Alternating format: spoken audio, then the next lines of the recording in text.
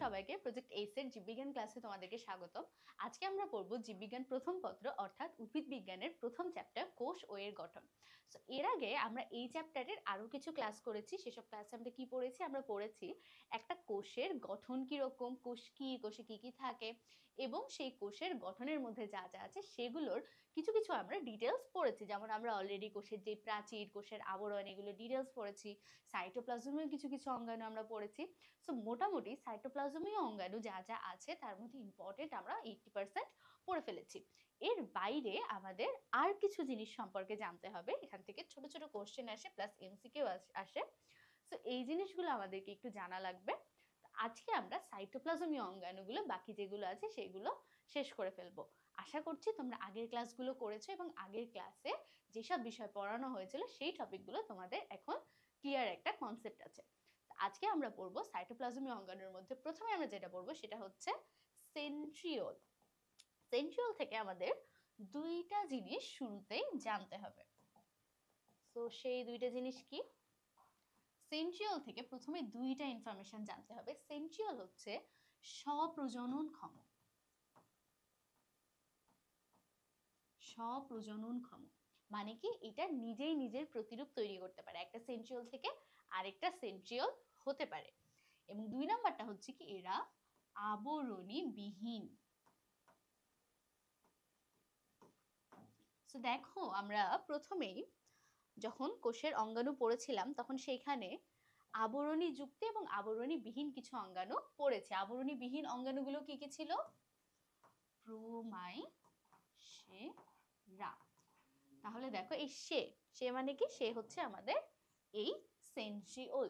এর আগে আমরা এখান থেকে পড়েছি কি, রাইবোজোমটা আমরা এর আগে কিন্তু পড়ে ফেলেছি। রাইবোজোমও একটা আবরণী বিহীন অঙ্গাণু। এটা আদিকোষ প্রকৃতকোষ দুইটাতেই থাকে। এটা একটা সার্বজনীন অঙ্গাণু। এগুলো আমরা সব পড়েছি। আজকে আমরা পড়বো এই বাকিগুলো নিয়ে। তো প্রথমে আমাদের এই শেষ। তাহলে সেন্ট্রিওল থেকে আমরা দুইটা জিনিস সবার শুরুতে মনে রাখবো। এটা হচ্ছে স্বপ্রজননক্ষম এবং এদের কোনো আবরণী নাই। নেক্সট, এখান থেকে আমাদের দুইজন বিজ্ঞানীর নাম লাগবে। দুইজন বিজ্ঞানীর নাম কি কি? বে, বো। এই দুইটা তোমরা এভাবে নেমোনিক দিয়ে বে আর বো। বে হচ্ছে বেন্ডেন আর বো হচ্ছে বোভেরি। এটা কি করে? বেন্ডেন হচ্ছে এটার আবিষ্কার করেন আর বোভেরি হচ্ছে এটার নামকরণ করে। তাহলে বে আর বো, শুরুতে তো আবিষ্কার করতে হবে, তারপরে তো নাম দিতে হবে, তাই না? আবিষ্কারের আগে তো আর নাম দেওয়া যাবে না। তাহলে বে, বো, বেন্ডেন হচ্ছে আবিষ্কার করেছে আর বোভেরি হচ্ছে নামকরণ করেছে এটার। তাহলে আমরা একটু দেখি এই সেন্ট্রিওল। আগে সেন্ট্রিওলের অবস্থানটা আমরা জানি। সেন্ট্রিওল হচ্ছে কোন কোন কোষে থাকে, কোন কোন কোষে থাকে না, এটা আমাদেরকে একটু জানতে হবে। সব ধরনের কোষে কিন্তু সেন্ট্রিওল থাকে না। তাহলে আমরা পড়বো যে কোন কোষে সেন্ট্রিওল থাকে না। সেন্ট্রিওল মেইনলি থাকে হচ্ছে প্রাণী কোষে। তাহলে এর বাদে বাকি কিছু কিছু কোষে এটা অনুপস্থিত। কোথায় অনুপস্থিত? দেখো, একটা নেমোনিক দেয়া আছে এখানে, PADY, প্যাডি। তাহলে এটা মানে কি? পি ফর হচ্ছে প্রোক্যারিওটিক। প্রোক্যারিওটিক বা আদিকোষী। প্রোক্যারিওটিক না লিখে আমি প্রোক্যারিওট লিখি, তাহলে প্রোক্যারিওট বা আদিকোষ। তাহলে আদিকোষে থাকে না। A for angiosperm. অ্যাঞ্জিওস্পার্ম বা আবৃতবীজী উদ্ভিদ। তাহলে অ্যাঞ্জিওস্পার্মে থাকে না। আর কিসে থাকে না? D for diatom. ডায়াটমে থাকে না। ওয়াই ফর হচ্ছে ইস্ট। তাহলে এই চারটা জায়গাতে হচ্ছে সেন্ট্রিওল থাকে না। তাহলে এইটা আমরা এই নেমোনিক দিয়ে, PADY, এই সিরিয়াল দিয়ে কিন্তু মনে রাখবো। আর স্নায়ু কোষে এটা মনে রাখতে পারো যে প্রাণীর স্নায়ু কোষে, আমাদের যে স্নায়ু কোষ আছে সেইটা সেন্ট্রিওলটা হচ্ছে নিষ্ক্রিয়। নিষ্ক্রিয় জন্য সেই কোষ, স্নায়ু কোষ হচ্ছে বিভাজিত হতে পারে না। আমরা একটু গঠনে চলে আসি আগে। সেন্ট্রিওলের আমরা গঠনটা একটু দেখে ফেলি, তাহলে আমাদের জন্য বাকি যা যা আছে সবকিছু পড়া হয়ে যাবে। আমরা আগে কি করব, আমরা আগে ছবি আঁকাবো, ছবিতে কি কি আছে দেখবো, তারপরে মিলাবো যে আমাদের ছবিটা ঠিক আছে কিনা। তাহলে দেখো আমি যদি সেন্ট্রিওল আঁকাই, সেন্ট্রিওল হচ্ছে একটা আবরণী বিহীন বলেছি, তাহলে এই যে দেখো এইরকম সেন্ট্রিওল হচ্ছে সিলিন্ডারের মতো দেখতে। দেখো এটা কি, এটা সিলিন্ডারের মতো না, তাহলে এটা হচ্ছে সেন্ট্রিওল। সেন্ট্রিওল সিলিন্ডারের মতো।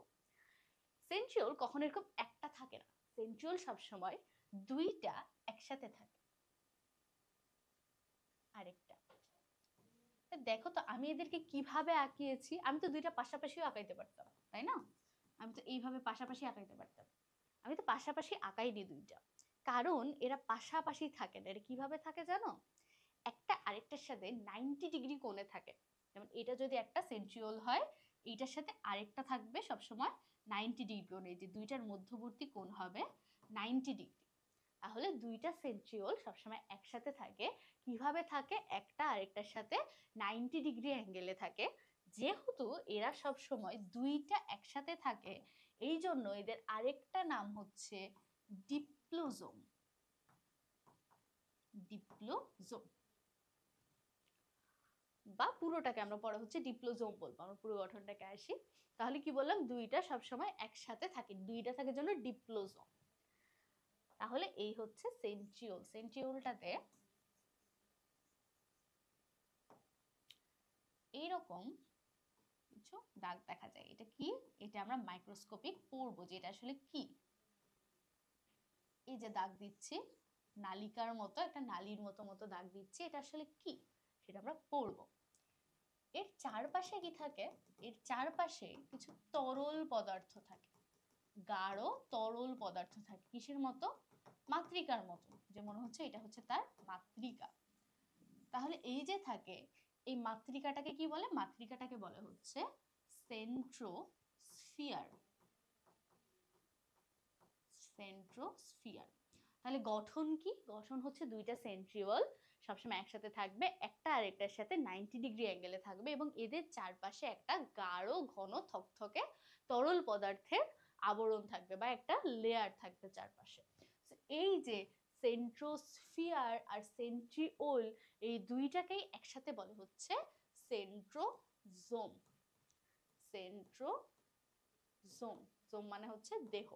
তাহলে দুইটাকে একসাথে বলে সেন্ট্রোস্ফিয়ার আর সেন্ট্রিওল। এই যে আমি গঠনটা আঁকিয়েছি, এই পুরোটাকে আমরা একসাথে কি বলবো, পুরোটাকে বলবো সেন্ট্রোজোম। তাহলে এই হচ্ছে গঠন। এবার আমি বলেছি এই জিনিসটাকে যদি আমি আরো জুম ইন করি, তাহলে এটা তো এরকম আছে, আমি এটার উপরে আরো জুম ইন করলাম, তাহলে কি আমি আরো মাইক্রোস্কোপিক স্ট্রাকচারটা, এটা তো মাইক্রোস্কোপিক, আমি আরো আলট্রা মাইক্রোস্কোপিক স্ট্রাকচার দেখতে পারবো। তাহলে চলো একটু আলট্রা মাইক্রোস্কোপিক স্ট্রাকচারটা দেখি। এটা কি এরকম ছিল, এটা ছিল হচ্ছে এইরকম, এরকম ছিল। তো এই জিনিসটাকে আমি আরো জুম করলাম, জুম করলে কিরকম দেখা যাবে, এরকম কিছু নালিকা দেখা যাবে। আমি আঁকাই, একটা নালী, দুইটা, তিনটা, দেখো 1 2 3, 2 3, তিনটা টিউব একসাথে যুক্ত আছে, বুঝতে পারতেছো, তিনটা টিউব একসাথে যুক্ত আছে। কিন্তু এইটাকে কি বলে, এইটাকে বলে হচ্ছে ত্রয়ী অনুনালিকা। ত্রয়ী অনুনালিকা। এইরকম সবসময় এটা তিনটা একসাথে থাকে, এই জন্যই নাম হচ্ছে ত্রয়ী। এরকম 9টা ত্রয়ী অনুনালিকা, 9টা, এটা তো একটা হইল, সাপোজ এই পাশে আরেকটা, ধরো এই যে এটা হচ্ছে আরেকটা ত্রয়ী অনুনালিকা, 2 3, এইরকম আরেকটা। তাহলে এরকম 9টা ত্রয়ী অনুনালিকা মিলে একটা সিলিন্ডার আকৃতির গঠন করবে। এখানে তো আমি একভাবে বোঝাচ্ছি, দেখো সাপোজ এটা হচ্ছে কি একটা সিলিন্ডার আকৃতির গঠন, সিলিন্ডার আকৃতির। এইখানে এরকম ভাবে তিনটা তিনটা মিলে একটা ইউনিট, এই তিনটাকে বলা হচ্ছে ত্রয়ী অনুনালিকা। এরকম কয়টা ত্রয়ী অনুনালিকা থাকে, 9টা ত্রয়ী অনুনালিকা মিলে এই পুরো সার্কেলটাকে কমপ্লিট করে। একটা সিলিন্ডারের যে পুরো সার্কেল আছে, এই পুরো সার্কেলটাকে কমপ্লিট করে হচ্ছে 9টা ত্রয়ী অনুনালিকা দিয়ে। তাহলে মোট কয়টা অনুনালিকা থাকে, 9টা, সরি 9টা ত্রয়ী, মানে টোটাল অনুনালিকা থাকে হচ্ছে 27টা। বাট যদি জিজ্ঞেস করে যে ত্রয়ী অনুনালিকা কয়টা, খেয়াল করবা কোশ্চেন অপশনে কি বলছে বা প্রশ্নে কি বলছে, ত্রয়ী অনুনালিকা কয়টা থাকে, তাহলে বলবা কিন্তু 9টা থাকে, 9টা ত্রয়ী অনুনালিকা, কারণ এরা সবসময় 3টা একসাথে থাকে। তাহলে দেখো এই যে ত্রয়ী অনুনালিকা আর আরেকটা এই যে ত্রয়ী অনুনালিকা, দুইটার মধ্যে কোনো একটা কানেকশন তো দরকার, কানেকশন ছাড়া দুইটা একসাথে লেগে থাকবে কিভাবে?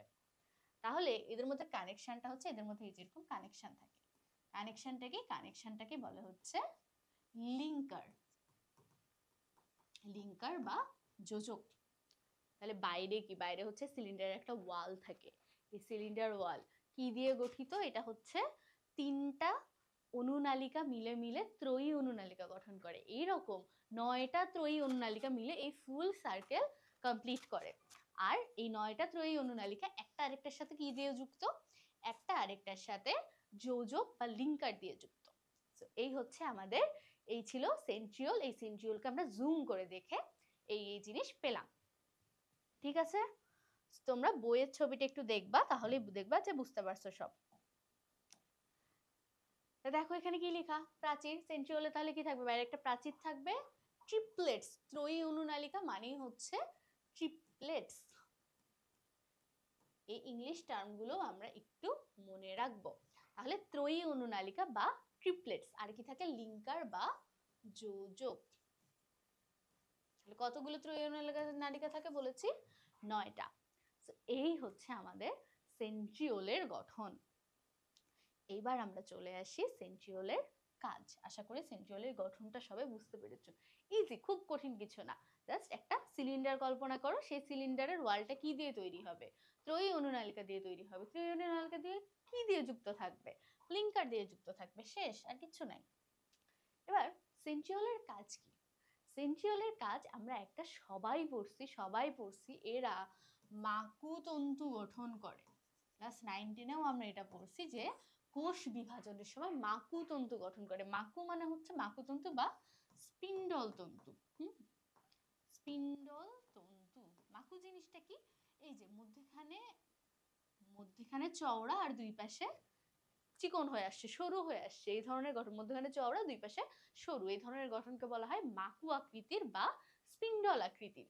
তো যেহেতু এই তন্তুগুলো এরকম স্পিন্ডল আকৃতির হয়ে থাকে, সেই জন্য এটাকে বলে কি, মাকুতন্তু। এই কোষ বিভাজনের সময় মাকুতন্তু কে তৈরি করে, এই সেন্ট্রিওল হচ্ছে মাকুতন্তু তৈরি করে। তাহলে যদি মাকুতন্তু তৈরি করে, তাহলে অবশ্যই কোষ বিভাজনে সাহায্য করবে। তাহলে এই দুইটা কাজ আমরা অলরেডি জেনে গেলাম। আর কি করে, সুতার মতো কিছু গঠন এরা তৈরি করে। সেই সুতার মতো গঠনকে সিলিয়া আর ফ্লাজেলা, সিলিয়া ফ্লাজেলা। এবং এই সিলিয়ার মতোই বা ফ্লাজেলার মতোই আরেকটা গঠন আমরা শুক্রাণুতে দেখতে পাই, সেটা কি, শুক্রাণুর লেজ। এই শুক্রাণুর লেজের মধ্যেও অনেক সেন্ট্রিওল থাকে। তাহলে সেন্ট্রিওল 3টা জিনিস গঠন করে, 3টা না, বেসিক্যালি 4টা জিনিস গঠন করে, মনে রাখো। মাকুতন্তু গঠন করে, ফ্লাজেলা গঠন করে, সিলিয়া গঠন করে, আর শুক্রাণুর লেজ গঠন করে। এর আগে আমরা পড়েছিলাম শুক্রাণুর মাথার এই অ্যাক্রোজম, এটা কে গঠন করেছিল, এটা গঠন করেছিল গোলগি বডি। তাহলে দেখো শুক্রাণু দুইটা জিনিস আমরা অলরেডি পড়ে ফেলেছি, এই গোলগি বডি হচ্ছে অ্যাক্রোজম গঠন করে, আর সেন্ট্রিওল গঠন করে হচ্ছে শুক্রাণুর লেজ। তাহলে মনে থাকবে এই হচ্ছে সেন্ট্রিওল নিয়ে যাবতীয় যত কথাবার্তা আছে সব এইটাই, এর বাইরে সেন্ট্রিওল থেকে আর কোনো কিছু তোমাদের দরকার নেই। নেক্সট হচ্ছে কোষীয় কঙ্কাল। দেখো কোষীয় কঙ্কাল জিনিসটা কি, এই জিনিসটা একটু বুঝতে হবে আমাদেরকে। কঙ্কাল, তোমার আমার কঙ্কাল কিরকম, বা তোমার আমার কঙ্কাল কি দিয়ে তৈরি? আমাদের মানুষের তোমার আমার কঙ্কাল তৈরি হচ্ছে, কিছু অস্থি থাকে সেই কঙ্কালের মধ্যে, সাথে কি তরুণাস্থি থাকে আর পেশি থাকে। কঙ্কাল বলতে মেনলি অস্থি আর তরুণাস্থিটাকেই বোঝানো হয়। তো অস্থি থাকে, তরুণাস্থি থাকে। কঙ্কালের কাজ কি, আমার দেহের একটা শেপ দেয়া, দেহের গঠনটা ঠিক করা, দেহের কাঠামো দেয়া, যেটাই বলো না কেন, দেহের স্ট্রাকচার দেয়া বা দেহের শেপ দেয়া, দেহের আকার দেয়া। আমার যদি কঙ্কাল না থাকতো, তাহলে আমি কি আমার ভরটাকে রেখে এভাবে দৃঢ়ভাবে দাঁড়িয়ে থাকতে পারতাম? বা আমার শরীরের কি কোনো শেপ থাকতো? তুমি চিন্তা করো তো, তোমার বডি, কিন্তু তোমার শরীরের মধ্যে কোনো অস্থি নাই, কোনো তরুণাস্থি নাই, তাহলে তোমার শরীর কি একটা নির্দিষ্ট শেপ পাইতো কখনো? পেতো না কিন্তু। তাহলে দেখো আমাদের কোষের, প্রত্যেকটা কোষের তো একটা নির্দিষ্ট আকার আছে, তাই না?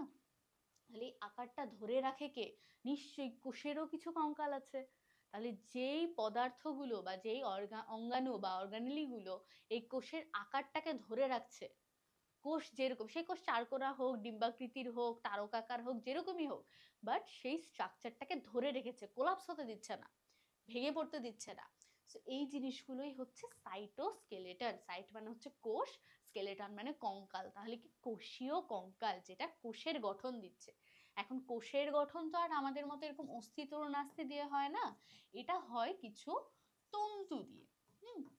কিছু তন্তু দিয়ে। কোষের মধ্যে, এই যে সাপোজ এটা হচ্ছে একটা কোষ, কোষের মধ্যে কিছু তন্তু থাকে, এই তন্তুগুলো এই কোষের কাঠামো দান করে, কোষটাকে ধরে রাখে, কোষের শেপটাকে ধরে রাখে। এই তন্তুগুলোকে বা এই কাঠামোগুলোকে আমরা বলছি হচ্ছে সাইটোস্কেলেটন। সাইটোস্কেলেটন কয় রকমের আছে আমরা দেখতে পাচ্ছি। সাইটোস্কেলেটন আছে হচ্ছে 3 রকমের। যেহেতু অনেক ছোট, সেহেতু আমরা শুরুতে বলছি কি micro, micro tubule, micro filament, intermediate filament. এখন টিউবিউল আর ফিলামেন্ট এই দুইটার মধ্যে ডিফারেন্স কি? টিউব, একটা টিউবের কথা চিন্তা করো তো, টিউবিউল মানে কি? ছোট টিউব। টিউবিউল মানে হচ্ছে ছোট টিউব। টিউবের কথা একটা চিন্তা করো তো, একটা টিউব মানে কি? একটা নল বা একটা পাইপের কথা চিন্তা করো। পাইপের ভেতরটা ফাঁকা থাকে না? তোমরা অনেকে টিউবুল আর ফিলামেন্টের ডিফারেন্সটা বোঝো না। দেখো এটা কিন্তু ফাঁপা, ফাঁপা মানে ভেতরে ফাঁকা জায়গা আছে। কিসের ভেতরে ফাঁকা জায়গা থাকে? টিউবের ভেতরে। টিউব বা নলের ভেতরে ফাঁকা জায়গা থাকে। বাট একটা তন্তু, একটা সুতার কথা চিন্তা করো, সুতার ভেতরে কি কোনো ফাঁকা জায়গা থাকে? তাহলে তন্তু বা ফিলামেন্ট, ফিলামেন্ট বা তন্তু, এটার ভেতরে কোনো ফাঁকা জায়গা থাকে না।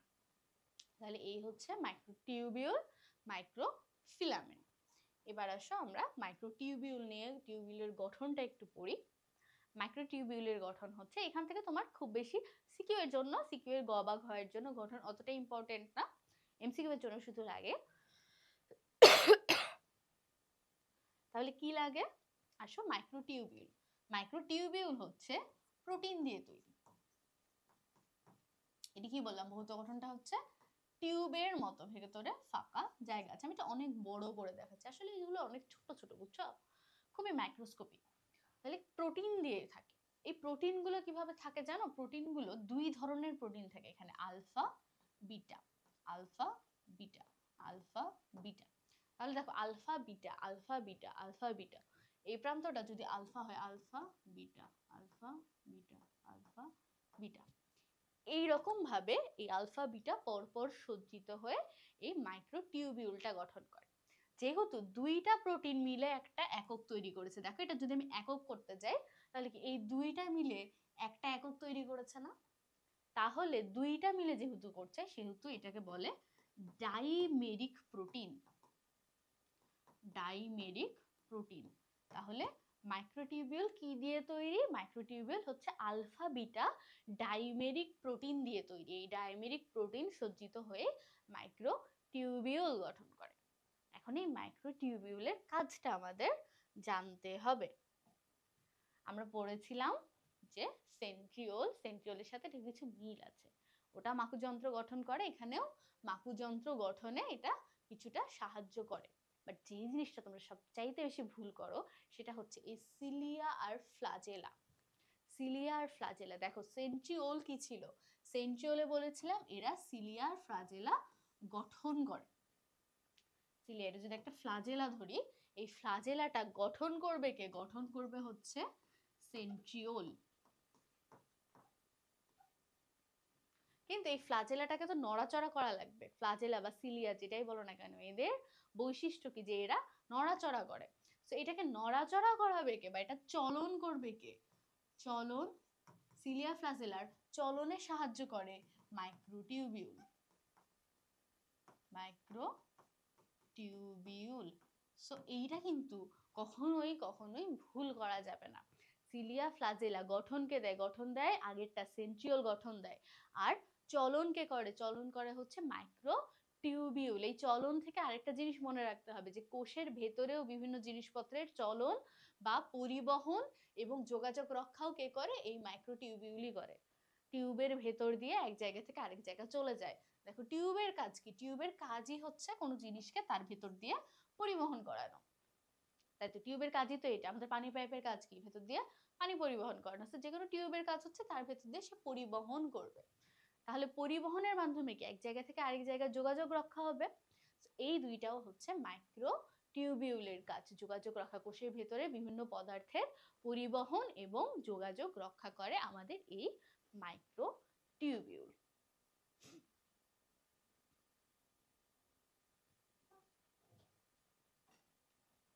নেক্সট আসি মাইক্রো ফিলামেন্ট। ফিলামেন্ট আমি কি বলেছিলাম? ফিলামেন্ট হচ্ছে তন্তু। কোষের মধ্যে এরকম কিছু তন্তু থাকে, এই তন্তুগুলো হচ্ছে কোষের কাঠামোটাকে ধরে রাখে, কোষটাকে কোল্যাপস করতে দেয় না। এগুলি হচ্ছে মাইক্রো ফিলামেন্ট। আলাদা করে মাইক্রো ফিলামেন্টের গঠন সেরকম দরকার নাই। মাইক্রো ফিলামেন্টের কাজের মধ্যে সবসময় মনে রাখবা যে যে কোনো কিছুর চলাচল, এই চলাচলের মধ্যে মাইক্রো ফিলামেন্টের কাজ আছে। মাইক্রো ফিলামেন্টের সব কাজের মধ্যেই চলাচল রিলেটেড কিছু একটা আছে। তাহলে প্রথমটা দেখো, প্রথমটাকে আকৃতি, যান্ত্রিক দৃঢ়তা, এটা নিয়ে আলাদা করে বলার কিছু নাই। সাইটোস্কেলেটনের কাজই আকৃতি দেয়া, যান্ত্রিক দৃঢ়তা দেয়া, যেন সেটা একটা কাঠামো পায়। সো প্রথমটা আমরা জেনে গেলাম। এরপরে সব কয়টাই দেখো সাইটোপ্লাজমীয় চলন, ক্রোমোজোমের বিপরীত মেরুতে চলন। যখন কোষ বিভাজন হয়, আমরা কোষ বিভাজন যখন পড়বো তখন আরো ভালো বুঝবা এটা, যে ক্রোমোজোমের বিপরীত মেরুতে চলন, কোষীয় অঙ্গাণুর অবস্থান পরিবর্তন। কোষীয় অঙ্গাণু একটা এখান থেকে এখানে যাবে, তাহলে এটাও কি কোষীয় অঙ্গাণুর চলন না? তাহলে দেখো যত ধরনের অবস্থান পরিবর্তন মানেই তো চলন। তাহলে চলন রিলেটেড, চলাচল রিলেটেড যত যা কিছু আছে সবই হচ্ছে এই মাইক্রো ফিলামেন্টের কাজ। ঠিক আছে, আগেটা কি করেছিল? মাইক্রোটিউবুল হচ্ছে পরিবহন করেছিল। তার বাইরে এটার মোস্ট ইম্পর্টেন্ট কাজ ছিল হচ্ছে সিলিয়ার ফ্লাজেলার বিচলন বা চলন, যেটাই হোক না কেন। বাট এই মাইক্রোফিলামেন্ট, ফিলামেন্টের কাজই হচ্ছে যে কোনো ধরনের চলনটাকে, এই সাইটোপ্লাজমীয় চলনকে, সাইটোপ্লাজমের জিনিসগুলো তো স্থির থাকে না, তাই না? এটা স্থান পরিবর্তন করে। সো এইটার চলন নিয়ন্ত্রণ করে, কোষের অঙ্গাণু এক জায়গা থেকে আরেক জায়গায় যায় সেটা নিয়ন্ত্রণ করে। প্লাস এই যে ক্রোমোজোম, কোষ বিভাজনের সময় যে ক্রোমোজোম আছে সেই ক্রোমোজোমকেও বিপরীত মেরুতে নিয়ে যায়। ওকে, ইন্টারমিডিয়েট ফিলামেন্ট থেকে তোমাদের তেমন কিছু দরকার নাই, এটাও একটা সাইটোস্কেলেটন। ইন্টারমিডিয়েট ফিলামেন্ট থেকে জাস্ট এইটার গঠনটা কি কি রকম হইতে পারে বা কি কি জিনিস দিয়ে এটা তৈরি সেই জিনিসটা তোমার একটু দরকার হইতে পারে। সেটা হচ্ছে কি, সেটা হচ্ছে কেরাটিন, ল্যামনিন, নিউরোফিলামেন্ট, ভাইমেন্টিন। কেরাটিন, ল্যামনিন, নিউরোফিলামেন্ট, ভাইমেন্টিন, এইটা হচ্ছে ইন্টারমিডিয়েট ফিলামেন্টের গঠন। আচ্ছা, আমি একটু মাইক্রো ফিলামেন্টের গঠন নিয়ে একটা কথা বলি তোমাদের, তাহলে তোমাদের বুঝতে বা মনে রাখতে ইজি হবে। এই মাইক্রোফিলামেন্টের গঠনে আছে হচ্ছে অ্যাক্টিন। মাইক্রোফিলামেন্টের গঠনে কি আছে? মাইক্রোফিলামেন্টের গঠনের মধ্যে আছে অ্যাক্টিন এবং খুব কম পরিমাণে মায়োসিন আছে। কেন এটা চলনে সাহায্য করছে? এই জিনিসটা তুমি এখান থেকে বুঝতে পারবা যে এতে অ্যাক্টিন আর মায়োসিন আছে। আমরা জানি অ্যাক্টিন আর মায়োসিন কিসে থাকে? পেশিতে থাকে। না জানলেও এখন জানো এটা কিসে থাকে? পেশিতে থাকে। এবং এদের কাজ হচ্ছে সংকোচন প্রসারণ করা। তাহলে এই মাইক্রোফিলামেন্টটা হচ্ছে সংকোচন প্রসারণ করতে পারে, সংকোচন প্রসারণ করতে পারে। কোনো জিনিস যদি সংকোচন প্রসারণ হয়, আমরা সামনে আগে কিভাবে, আমরা চলি কিভাবে? আমাদের পেশির যখন সংকোচন প্রসারণ হয়, সেম এই অ্যাক্টিন মায়োসিন আমাদের দেহে পেশিতে অ্যাক্টিন মায়োসিনের যখন সংকোচন প্রসারণ হয় তখন আমরা সামনের দিকে যাই বা চলাচল করি। সেম অ্যাজ এই অ্যাক্টিন ফিলামেন্টের, সরি মাইক্রোফিলামেন্টের মধ্যে যে অ্যাক্টিন মায়োসিন থাকে সেইটা সংকোচন প্রসারণ হয়। এটা কি সংকোচন প্রসারণশীল একটা তন্তু, এবং সেই জন্যই এই চলনগুলো হচ্ছে। বুঝতে পারছো? চলনগুলো এই জন্যই হচ্ছে। তো এটাই। আর ইন্টারমিডিয়েট ফিলামেন্টের শুধু এই চারটার নাম জানলেই হবে, কেরাটিন, ল্যামনিন, নিউরোফিলামেন্ট, ভাইমেন্টিন। এমসিকিউতে আসে। এর বাইরে আর এখানে তেমন কিছু নাই। আমাদের নেক্সট হচ্ছে পারঅক্সিজম। আমাদের ছোট ছোট কিছু মাইক্রো কিছু অঙ্গাণু পড়তে হবে। তার মধ্যে একটা হচ্ছে পারঅক্সিজম, আরেকটা হচ্ছে গ্লাইঅক্সিজম। পারক্সিজম, গ্লাইঅক্সিজম।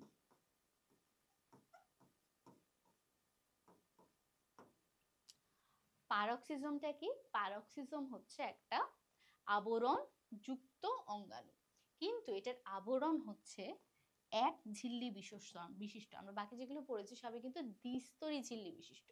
এইটার যে আবরণ, এই আবরণ হচ্ছে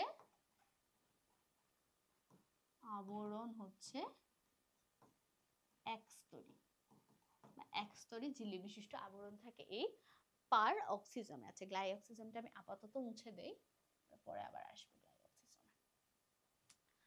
পারক্সিজমের কাজটা কি? পারক্সিজমের ভেতরে থাকে হচ্ছে হাইড্রোজেন, পারক্সিজমের ভেতরে থাকে হচ্ছে ক্যাটালেজ। এই ক্যাটালেজ হচ্ছে একটা এনজাইম। তাহলে পারক্সিজমের ভেতরে কে থাকে? পারক্সিজমের ভেতরে ক্যাটালেজ এনজাইম থাকে। ক্যাটালেজ এনজাইমে আসলে সব কাজ করে। ক্যাটালেজ কি কাজ করে আমরা একটু দেখি। যে হাইড্রোজেন পারঅক্সাইড, এই হাইড্রোজেন পারঅক্সাইডকে ভেঙে দেয় হচ্ছে ক্যাটালেজ। ক্যাটালেজ এটাকে ভেঙে তৈরি করে কি? ভেঙে তৈরি করে পানি আর অক্সিজেন। এখন এই বিক্রিয়াটা হওয়া কেন দরকার? কেন আমার কোষে একটা এরকম অঙ্গাণু আছে যে হচ্ছে এরকম একটা বিক্রিয়া করতেছে? দেখো, আমাদের দেহে বিভিন্ন বিপাকীয় যে প্রক্রিয়াগুলো হয়, মেনলি তো সব প্রক্রিয়া হচ্ছে সেলের ভেতরে হয়, কোষের ভেতরে হয়। তো এই কোষের ভেতরে এই ধরনের প্রক্রিয়া তৈরি হলে বা এরকম প্রক্রিয়াতে মানে হাইড্রোজেন পারঅক্সাইড তৈরি হতে পারে। এই হাইড্রোজেন পারঅক্সাইড হচ্ছে আমার সেলের জন্য খুব ক্ষতিকর, বা যে কোনো জীবিত দেহের যে কোনো জীবিত কোষের জন্য হাইড্রোজেন পারঅক্সাইড হচ্ছে একটা ক্ষতিকর পদার্থ। এটা সেলকে নষ্ট করে দেয়, এটা সেলে ক্যান্সার তৈরির প্রবণতাকে হচ্ছে বাড়ায় দেয়। এই হাইড্রোজেন পারঅক্সাইডটাকে এই জন্য কি নষ্ট করা লাগবে। হাইড্রোজেন পারঅক্সাইডকে কে নষ্ট করে? এই ক্যাটালেজ এনজাইম। ক্যাটালেজের পরে তারপরে কি তৈরি হয় দেখো, পানি অক্সিজেন দুইটাই হচ্ছে আমার শরীরে, তো কোনো ক্ষতি করে না এগুলো, দুটোই আমার শরীরের জন্য ভালো উপাদান। তাহলে দেখো, একটা খারাপ উপাদানকে, আমার শরীরের জন্য একটা হার্মফুল কোনো উপাদানকে এইটা কি করছে? দুইটা হার্মলেস উপাদানে পরিণত করতেছে, যেন আমার কোষের ক্ষতি না হয়। তাহলে এই হচ্ছে পার অক্সিজমের কাজ। তাহলে পার অক্সিজমের কাজ কি হলো? ক্যাটালেজ এনজাইম দিয়ে হাইড্রোজেন পারঅক্সাইডকে ভেঙে ফেললো, এটা হচ্ছে তার 1 নাম্বার কাজ। 2 নাম্বার কাজ কি? এই যে অক্সিজেন তৈরি করতেছে, তার মানে কি অক্সিজেনের ঘনত্ব নির্ধারণ করবে কে? এই পারঅক্সিজম। আমাদের কোষে অক্সিজেনের ঘনত্ব বা কনসেন্ট্রেশনটা কি হবে। এছাড়াও এটা কি করে? এটা আরো কিছু জিনিসকে ভেঙে দেয়। আমাদের কোষের যে ডিএনএ আছে, যে আরএনএ আছে, এটার যে নাইট্রোজেন বেস, এটা আমরা যখন ডিএনএ আরএনএ পড়বো তখন আরো ভালো করে বুঝবা, যারা ফার্স্ট টাইম দেখতেছো যে নাইট্রোজেন বেস কি জিনিস।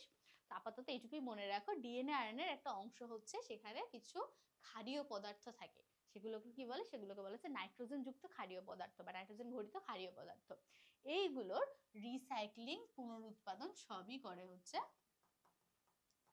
এই পারঅক্সিজম। জিনিসটাকে রিসাইকেল তৈরি করতে হয়, ভাঙতে হয় আবার করতে হয়, ভাঙতে হয় আবার করতে হয়। এই কাজটাও কে করে? এই কাজটাও করে এই পারঅক্সিজম। তাহলে পারঅক্সিজম এই কাজটা করে। তাহলে পারঅক্সিজম কোথায় বেশি থাকবে? আমরা জানি আমাদের দেহের এই যে টক্সিক জিনিসগুলোকে নন টক্সিকে পরিণত করবে বা হার্মফুল জিনিসগুলোকে নন হার্মফুলে পরিণত করবে। এই কাজটা সবচাইতে বেশি করে কে? লিভার। কিডনিও এই কাজটা করে কিছুটা। সো কিডনি, লিভার, যেটার জন্য এই কাজের জন্য যেগুলো স্পেশালাইজড অর্গান, তাহলে অবশ্যই এই ধরনের অঙ্গাণুতে বা এই ধরনের অঙ্গে পারঅক্সিজমটা বেশি থাকে। তাহলে পারঅক্সিজম কোথায় বেশি থাকে? কিডনি, লিভার, এই দুইটাতে পারঅক্সিজম বেশি থাকে। শুরুতেই বলেছি এটা আবরণী বিশিষ্ট, বাট এটার আবরণী হচ্ছে একস্তরী। তাহলে এক আবরণী বিশিষ্ট অঙ্গাণু হচ্ছে এই পারঅক্সিজম। এবার আরেকটা আমরা বলেছিলাম কি? আরেকটা আমরা বলেছিলাম গ্লাইঅক্সিজম।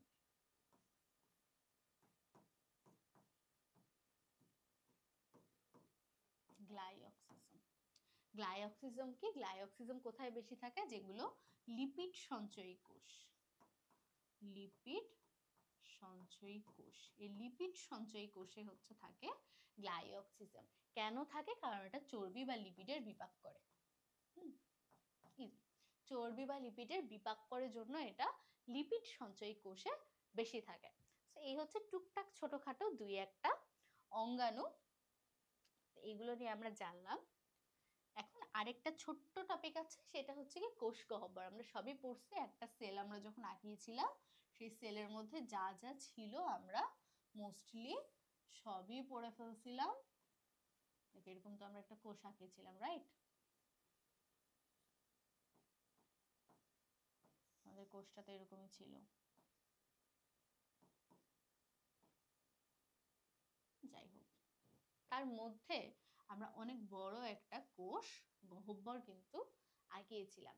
এই কোষ গহ্বর থেকে একটা জিনিস জানতে হবে, এই যে কোষ গহ্বরের যে প্রাচীর, কোষ গহ্বরের যে প্রাচীর, এই প্রাচীরটা কি নির্মিত? কোষ গহ্বরের প্রাচীর হচ্ছে টনোপ্লাস্ট। টনোপ্লাস্ট কোষ গহ্বরের প্রাচীর বা চারপাশে কি দিয়ে আবৃত থাকে? এরা টনোপ্লাস্ট দিয়ে আবৃত থাকে। এই টনোপ্লাস্ট হচ্ছে একটা রাবার জাতীয় পদার্থ। এই টনোপ্লাস্ট হচ্ছে একটা রাবার জাতীয় পদার্থ। আর তোমরা যখন কোষ গহ্বর পড়বা, কোষ গহ্বরের কাজের মধ্যে একটা ইম্পর্টেন্ট কাজ আছে দেখবা, বাকি সবই ইউজুয়াল। একটা ইম্পর্টেন্ট কাজ আছে, সেটা সবসময় মনে রাখবা। এটা হচ্ছে কোষের পিএইচ নিয়ন্ত্রণ করে। অনেক সময় এমসিকিউতে আসে যে কোষের পিএইচ নিয়ন্ত্রণ করে কোনটা।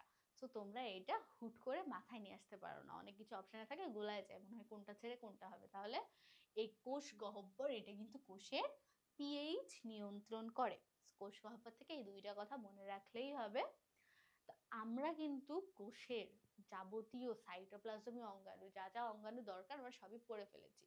আমরা রাইবোজোম পড়েছি প্রথম ক্লাসে, endoplasmic reticulum, Golgi body, lysosome, এটা আমরা প্রথম ক্লাসে পড়েছি। তারপর আমরা কি পড়লাম? মোস্ট ইম্পর্টেন্ট দুইটা, মাইটোকন্ড্রিয়া, প্লাস্টিড। আজকের ক্লাসে আমরা কি কি পড়লাম? আজকে আমরা পড়লাম সেন্ট্রোজোম, কোষীয় কঙ্কাল বা সাইটোস্কেলেটনের মধ্যে মাইক্রোটিউবিউল, মাইক্রোফিলামেন্ট আর হচ্ছে ইন্টারমিডিয়েট ফিলামেন্ট। তারপরে আরো ছোট ছোট মাইক্রো কিছু আরো অর্গানেলি ছিল, যেমন কি পারক্সিজম, গ্লাইঅক্সিজম, এগুলো নিয়ে আমরা পড়াশোনা করলাম। শেষমেশ আমরা পড়লাম হচ্ছে কোষ গহ্বর। তাহলে কোষের জীবিত যে পদার্থগুলো ছিল, জীবিত পদার্থের মধ্যে কি ছিল? প্রোটোপ্লাজম, জীবিত অংশটাকে বলে হচ্ছে প্রোটোপ্লাজম, আর কোষ ঝিল্লি, এই দুইটা ছিল জীবিত অংশের মধ্যে। তোমরা যদি একটু মনে করার চেষ্টা করো, তার মধ্যে কোষ ঝিল্লি আমরা পড়েছি। প্রোটোপ্লাজমের আবার কি ভাগ ছিল? প্রোটোপ্লাজমের ভাগ ছিল সাইটোপ্লাজম আর নিউক্লিয়াস। আমাদের কিন্তু অলরেডি সাইটোপ্লাজম পড়া শেষ। সাইটোপ্লাজম পড়া শেষ। এখন বাকি থাকলো কি? বাকি থাকলো নিউক্লিয়াস। নিউক্লিয়াসটা আমরা পরের ক্লাসে পড়বো। এখন আমরা 2 মিনিট ছোট্ট একটা টপিক খালি দেখবো, যে টপিকটা আমি এর আগে অলরেডি বলে দিয়েছি তোমাদের। আমি যখন ওই ক্লাসিফিকেশনের ছকটা পড়ি তখনই আমি অলরেডি তোমাদের বলে দিয়েছি, তারপরেও আলাদা করে 2-1 মিনিট আমি একটু কথা বলি এটা নিয়ে। সেইটা হচ্ছে কোষের জড় যে পদার্থ ছিল, জড় পদার্থের মধ্যে কি ছিল? জড় পদার্থের মধ্যে কি ছিল হচ্ছে কোষ প্রাচীর। এই কোষ প্রাচীর নিয়ে আমরা যত কথা বলা দরকার সব বলে ফেলেছি। এর বাইরে কোষের কিছু নির্জীব বস্তু ছিল। নির্জীব বস্তু, নির্জীব বস্তুর মধ্যে কি কি ছিল? সঞ্চিত, মিশ্রিত আর বর্জ্য পদার্থ। তাহলে সঞ্চিত, মিশ্রিত, বর্জ্য পদার্থ। সঞ্চিত পদার্থ, মিশ্রিত পদার্থ, বর্জ্য পদার্থ। তাহলে সঞ্চিত পদার্থ কি কি বলেছিলাম? আমাদের যে মেইন 3টা খাবার, এই 3টাই হচ্ছে এদের সঞ্চিত পদার্থ। কি কি ছিল সঞ্চিত পদার্থের মধ্যে? শর্করা ছিল, প্রোটিন ছিল, লিপিড ছিল। এবার আমাকে বলো তো, এরা সঞ্চিত থাকে কোথায়? কোথায় সঞ্চিত থাকে? কোন একটা অঙ্গাণু আমরা পড়েছি, আমরা কিন্তু আমাদের পড়ার মধ্যে এই 3টে ক্লাসের মধ্যে আমরা পড়েছি যে কোনো একটা অঙ্গাণু এরগুলোকে সঞ্চয় করে রাখে, মেইনলি এগুলোকে সঞ্চয় করে রাখে। তো তোমরা আমাকে এটা জানাবা যে কোন অঙ্গাণুতে এই 3টা জিনিস সঞ্চিত ছিল। আর অনেক জায়গাতে থাকে, বাট মেইন আমরা একটা পড়েছি যে ওটার কাজই হচ্ছে সঞ্চয় করা। তাহলে কোথায় সঞ্চিত থাকে এটা আমাকে তোমরা লিখবা, তোমাদের মনে আছে কিনা। এর বাইরে কি আছে? মিশ্রিত আর বর্জ্য পদার্থ। আমরা কি বলেছিলাম? আমরা মিশ্রিত পদার্থগুলো মনে রাখবো, বাদ বাকি যা আছে সবই হচ্ছে বর্জ্য পদার্থ। তাহলে মিশ্রিত পদার্থ কি আছে? পি হেন, এটা হচ্ছে মিশ্রিত পদার্থ। পি ফর কি? পি ফর হচ্ছে পিগমেন্ট, পিগমেন্ট। এইচ ফর হচ্ছে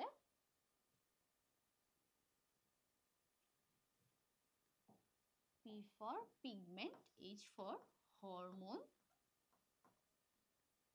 E for enzyme, N for হচ্ছে নেকটার।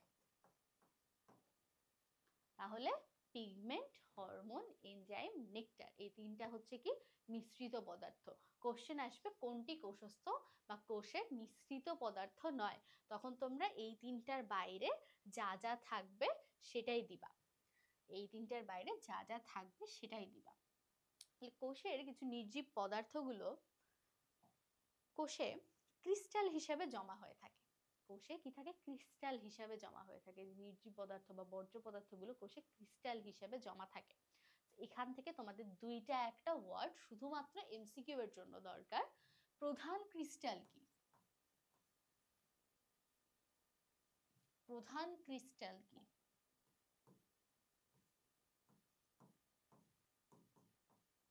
প্রধান ক্রিস্টাল হচ্ছে ক্যালসিয়াম অক্সালেট। তাহলে ক্যালসিয়াম অক্সালেট, এটা তো নিশ্চয়ই কোনো জীবিত বস্তু না, এটা কি একটা নির্জীব বস্তু। এই নির্জীব বস্তু কোষে কি হিসেবে থাকে? ক্যালসিয়াম অক্সালেট ক্রিস্টাল হিসেবে থাকে। এই ক্রিস্টাল গুলো মাঝে মাঝে সূচের মতো গঠন তৈরি করে, এরকম সূচের মতো গঠন তৈরি করে। সূচের মতো গঠন তৈরি করলে এটাকে বলে হচ্ছে গ্রাফাইট। তাহলে কোষের এই ক্যালসিয়াম অক্সালেট সূচের মতো গঠন যদি তৈরি করে, এটাকে আমরা কি বলবো? এইটাকে আমরা বলবো হচ্ছে গ্রাফাইট। আরেকটা থাকে, দুইটা এরকম গঠনের নাম তোমাদের পড়তে হবে। আরেকটা হচ্ছে থাকে calcium carbonate. Calcium carbonate, calcium carbonate. এই ক্যালসিয়াম কার্বনেট কিরকম থাকে? এটা থাকে হচ্ছে আঙ্গুরের থোকার মতো। আঙ্গুরের থোকার মতো। তাহলে কোষের এই নির্জীব পদার্থের মধ্যে আমরা বলতে পারি, নির্জীব পদার্থগুলো কোষের মধ্যে কিছু নির্জীব পদার্থ থাকে যেগুলো, বা অজৈব পদার্থ থাকে, কিছু অজৈব পদার্থ থাকে যেগুলো খনিজ বা ক্রিস্টাল গঠন করে। ক্রিস্টাল গুলো দুই একটা গঠনের নাম, উদাহরণ আমাদের বইয়ে দেওয়া আছে, এমসিকিউতে রিপিটেটিভলি আসে। তাহলে সবচাইতে প্রধান ক্রিস্টাল কোনটা সবচাইতে বেশি পরিমাণে থাকে? সবচাইতে বেশি পরিমাণে থাকে হচ্ছে ক্যালসিয়াম অক্সালেট। এটি কি হিসেবে থাকতে পারে? এটা সূচের মতো গ্রাফাইট গঠন করে থাকতে পারে।